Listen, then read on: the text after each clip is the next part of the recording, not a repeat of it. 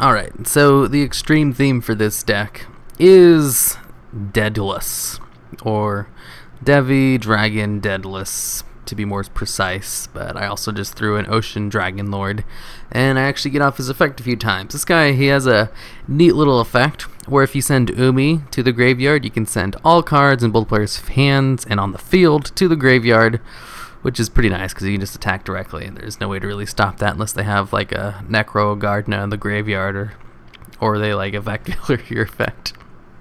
So that's always fun. And then we've got the Levi Dragon, who he can send Umi to the graveyard to destroy all cards in the field. And then we got like the baby one, the Kodarus,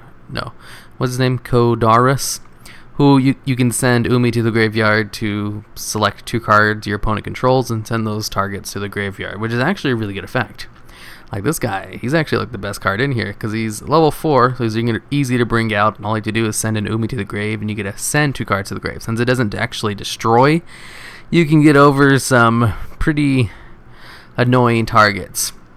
Since I was running a Legendary Ocean in here, I thought I would try out just a couple of level 5 water-type monsters because they get their level reduced by 1 while they're in my hand, while Legendary Ocean's out, and I have a Legendary Ocean out like in 90% of the duels I have with this deck, since I run 4 searches for it.